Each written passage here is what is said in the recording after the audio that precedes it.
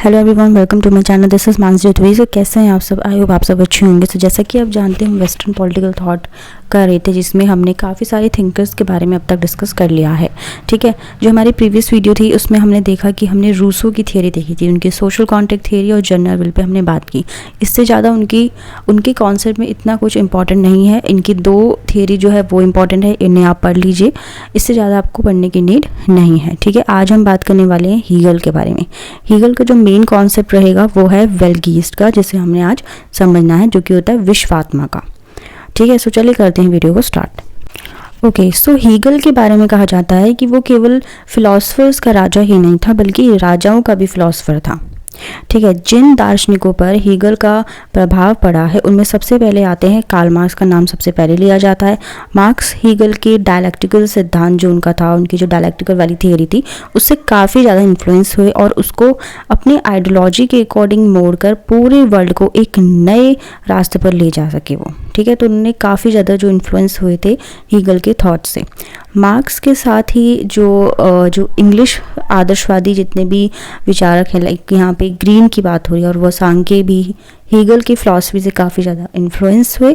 ठीक है, इतना ही नहीं, हीगल के दर्शन में ट्राट्स्की और ट्राइसन जैसे जो हिस्टोरियंस थे और सैविग्नी जैसे जितने भी विधि शास्त्री को भी इन्फ्लुएंस किया गया। तो काफ़ी सारे फिलोसफर्स ऐसे हैं जिनको उन्होंने इन्फ्लुएंस किया। ठीक है, लाइफ हिस्ट्री के बारे में जान लेते हैं हम। ये एक डायलेक्टिकल फिलोसफर हैं। ठीक है, बर्थ इनका 1770 में हुआ था और बुक्स भी इनकी काफ़ी सारी है जो इन्होंने लिखी है। जो इनकी इंपॉर्टेंट बुक्स है उसमें है the phenomenology of spirit, science of logic, ठीक है, the encyclopedia of the philosophical sciences, the philosophy of law और फिलोसफिकल साइंसेस। ये कुछ इनकी बुक्स है। साथ ही साथ कॉन्स्टिट्यूशन ऑफ जर्मनी के कॉन्स्टिट्यूशन पर भी इन्होंने आर्टिकल लिखा है। फिलोसफी ऑफ हिस्ट्री, ये इनकी इंपॉर्टेंट बुक है जो कि है the philosophy of history.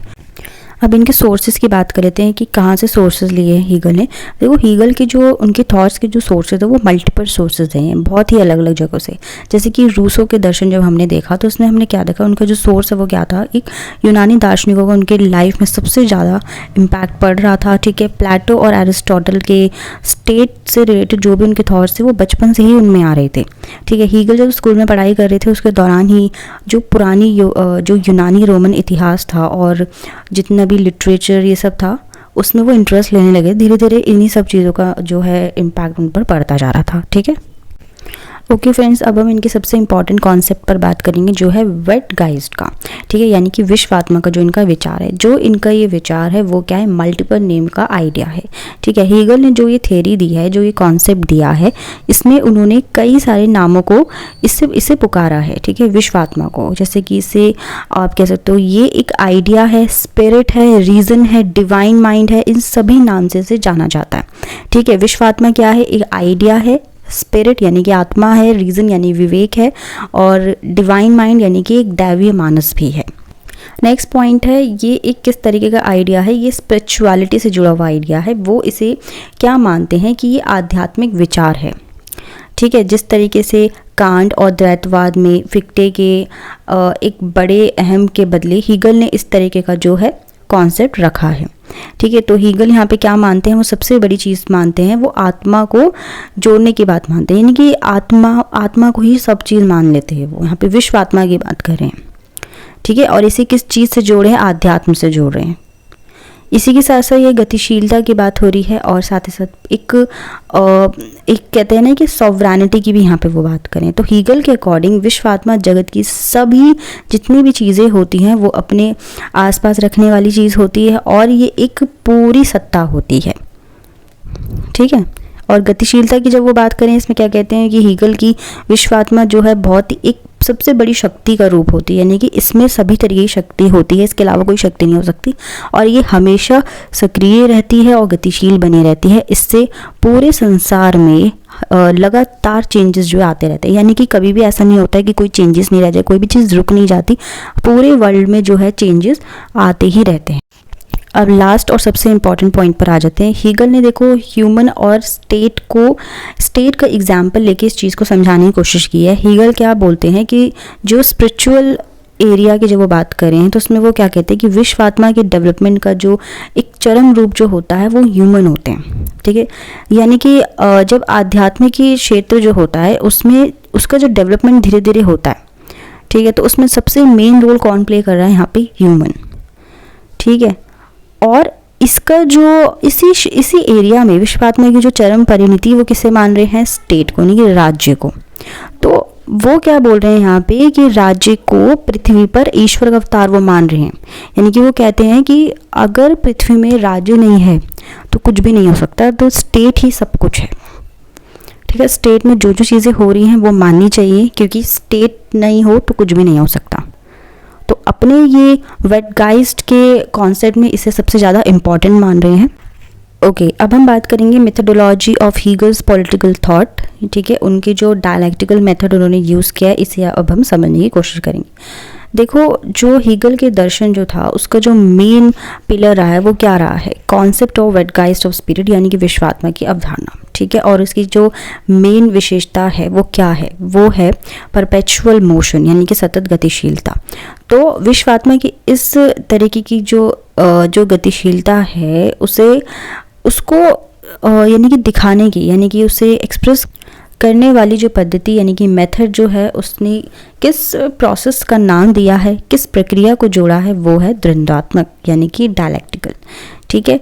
So basically जो ये इस तरीके की जो मेथड होता है, डायलैक्टिकल जो मेथड है, उसका जो थॉट है हीगल के थॉट्स का एक कह सकते हैं कि सबसे इम्पॉर्टेंट एलिमेंट यहाँ पे माना जाता है। लेकिन ये उसका एक कोई भी ऐसा थॉट नहीं है कि पहले से ही रहा हो, ठीक है। इस वर्ड का जो सबसे पहले इस्तेमाल सुकरात ने किया था। देखो, जब आप MCQ सॉल्व करते हैं तो इसमें एक क्वेश्चन आ सकता है कि सबसे पहले इस वर्ड का इस्तेमाल किसने किया था, तो आपको पता होना चाहिए सोक्रेट्स ने, यानी कि सुकरात ने, ठीक है। तो प्राचीन यूनान में जब हम बात करते हैं, जब कोई भी किसी चीज़ में बहस होती है, ठीक है, डिबेट्स होती है, उसके थ्रू सच को दिखाने के लिए ये सब बहुत ही ज़्यादा फेमस हुआ करता था। और सच को दिखाने के लिए इन सब को इन सब में जितनी भी रिसर्च करने के लिए सुकरात ने बहुत ज़्यादा इंपॉर्टेंट रोल प्ले किया है, साथ ही साथ प्लेटो ने भी। देखो, जब हम डायलैक्टिकल मेथड की बात करते हैं तो हीगल इसमें क्या कहते हैं कि जब हम डेवलपमेंट की बात करते हैं तो डेवलपमेंट जो है इसका डिटर्मिनेंट किस तरीके से होता है, स्ट्रगल के बेसिस पर, ठीक है। अगर मान लो मानव प्रगति की हम बात करते हैं कि ह्यूमन जो है वो बहुत जल्दी जो है डेवलप हो रहा है, ग्रोथ हो रही है ह्यूमन की, ठीक है, वो इस एरिया में हर तरीके की काम वो अब कर पा रहा है। तो जो ह्यूमन सिविलाइजेशन में धीरे धीरे प्रगति हुई, सीधी एकदम से नहीं हो गई। आप समझ रहे हो कि अगर आप ये कह लो कि एक जो ह्यूमन है, मान लो यहाँ पे दो लड़के खड़े हैं या दो पर्सन है कोई भी, ठीक है, तो दोनों ही अलग अलग हैं। एक ने बहुत जल्दी तरक्की कर ली और एक ने स्लो मतलब धीरे धीरे तरक्की की, दोनों ने मेहनत से ही की। लेकिन आप देखो कि एकदम सीधे से किसी को कुछ भी नहीं मिल गया बिना मेहनत के। धीरे धीरे जो है ह्यूमन ने तरक्की की अलग, क्योंकि उन्हें जो है धीरे धीरे नॉलेज बढ़ती गई उन्हें जब धीरे धीरे नॉलेज हुई कई चीज़ों की, तो उनको चीज़ें समझ में आने लगी और फिर उन्होंने अपनी जो स्ट्रैटेजीज बदलने लगी, इस तरीके से उन्होंने जो है डेवलपमेंट किया, ठीक है। तो विकास का जो निर्धारक क्या है, संघर्ष।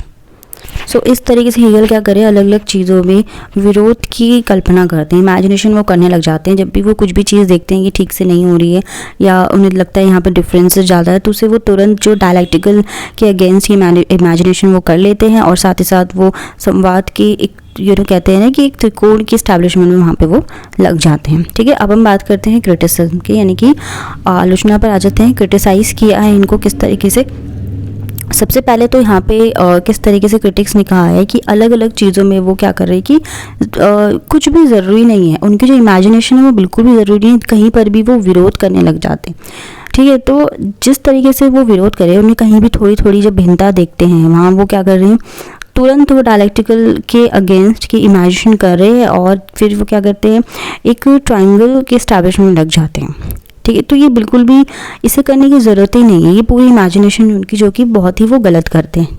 नेक्स्ट क्रिटिक्स क्या कहते हैं कि जो मेथड है ये पूरी तरीके से ये साफ़ ही नहीं है, बिल्कुल भी ये साफ से कोई भी चीज़ नहीं बोल पा रहे हैं। हीगल की जो पद्धति है वो साफ बिल्कुल भी नहीं है, ठीक है। उसके जो द्वंद्व की अस्पष्टता को उसके थ्रू जब दिखाया गया है तो एक सोसाइटी और फैमिली या आर्ट रिलीजन के एग्जाम्पल्स में देखा जाता है, ठीक है। उसके अकॉर्डिंग परिवार का जो प्रतिवाद समाज होता है, जबकि परिवार के जितने भी गुण होते हैं या प्यार हो गया, ठीक है, यूनिटी में रहना हो गया, तो वो सोसाइटी में जाकर बर्बाद नहीं होते। तो समाज तो परिवार का ही एक विकसित ही नहीं, एक बड़ा रूप होता है। तो इसी तरीके से कला का विरोधी धर्म का होना पूरी तरीके से सही नहीं लगता। तो ये कहना बहुत कठिन है कि कला और धर्म आपस में मिलते नहीं हैं, ये एक दूसरे के अगेंस्ट रहते हैं। ये ऐसे एलिमेंट्स है जो आपस में नहीं रहते, ठीक है। सो फ्रेंड्स, आज के लिए बस इतना ही। आई होप आपको अच्छे से क्लियर हो गया हो। जो इनका जो कॉन्सेप्ट है वो है जेटगाइस्ट का, यानी कि विश्वात्मा का जो इनका कॉन्सेप्ट है वो इम्पॉर्टेंट है, इसे आप ज़रूर करें, ठीक है। इसमें छोटी छोटी चीज़ें ध्यान रखनी है आपको, ओके। अगर आपको कोई डाउट, कोई क्वेश्चन, कोई सजेशन है तो आप मुझसे ज़रूर बताएं। आपको वीडियो अच्छी लगी तो प्लीज़ लाइक कीजिए, शेयर कीजिए और मेरा चैनल सब्सक्राइब करना बिल्कुल ना भूलें। मिलते हैं नेक्स्ट वीडियो में। Till then bye bye, take care.